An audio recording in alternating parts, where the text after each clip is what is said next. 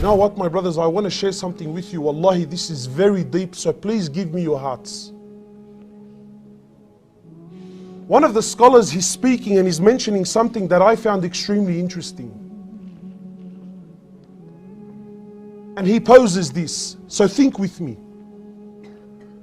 He says, Allah subhanahu wa ta'ala, the King, the Malik, the creator of the seven heavens and the earth, Allah subhanahu wa ta'ala claims that He is the greatest, yes or no? Of course, subhanahu wa ta'ala, and He is. And He claims to be the most forgiving, the most loving, the most just, yes or no? Of course, subhanahu wa ta'ala claims, and we've accepted those claims and we believe those claims. So now the scholar is asking, and please look how deep this is. So now the scholar says, well, okay, fine. If Allah subhanahu wa ta'ala, the King, the most loving, the most forgiving, the most compassionate, the most just, why does Allah, when a kafir, when a disbeliever, when a non-Muslim, whatever you like, when a kafir who denies Allah subhanahu wa ta'ala, why does Allah cast this person into hellfire for eternity? Really, if we're going to think with logic and reason, the man disbelieved in you, oh Allah, for 60 years. Let's say he died at 60. But Allah throw him in hellfire for 60 years? Fine. The punishment, his crime was so great, double his punishment. Give him 120. But why are you casting him into hellfire for eternity? It's interesting, isn't it? And the opposite is true. Ya Allah, this person was a believer for 50, 60 years. He prayed, he worshipped you for 50, 60 years. Fine. Reward him with Jannah for 50, 60 years. Double it. Give him 100 years of Jannah for his 50 years of living and ibadah.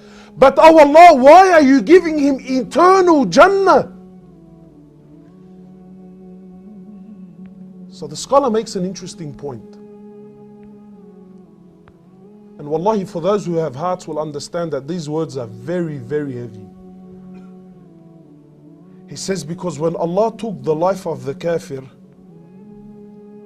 He took it at such a moment in his life that had this person lived for eternity, he was going to always live on kufr.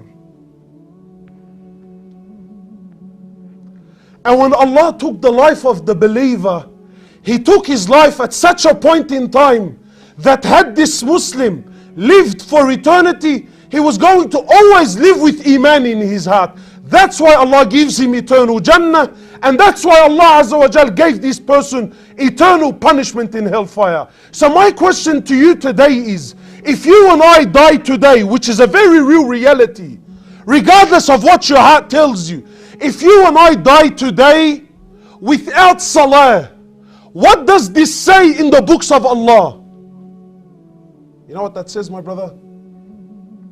That had you lived for eternity, you were never going to pray. And that if you died without Quran in your life, if you and I died today without Quran in my life, you know what that means? It means you were never going to read Quran. So don't kid yourself. And wallahi, my brothers, again, we need to come back. How am I living my life? Where am I going with my life? And how will I live?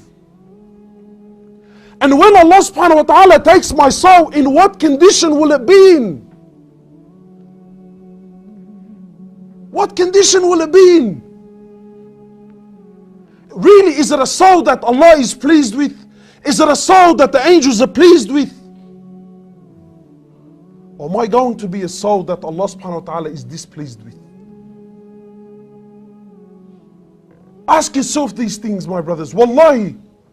And honestly, for your sake, for your deen, for your iman, wallahi, I beg you, you know what? I challenge you. How's this? I challenge you to go to the cemetery and just walk. Walk and read these tombstones. Walk and read their ages. Walk and read their dates. What has made us believe? What has convinced? What has fooled us, my brothers, that we're going to live for a long time? Wallahi, my brothers, this life is very real. more real than you will ever know. And you won't understand how real this life is, wallahi, until you die. Only then will you come to understand, woe to me.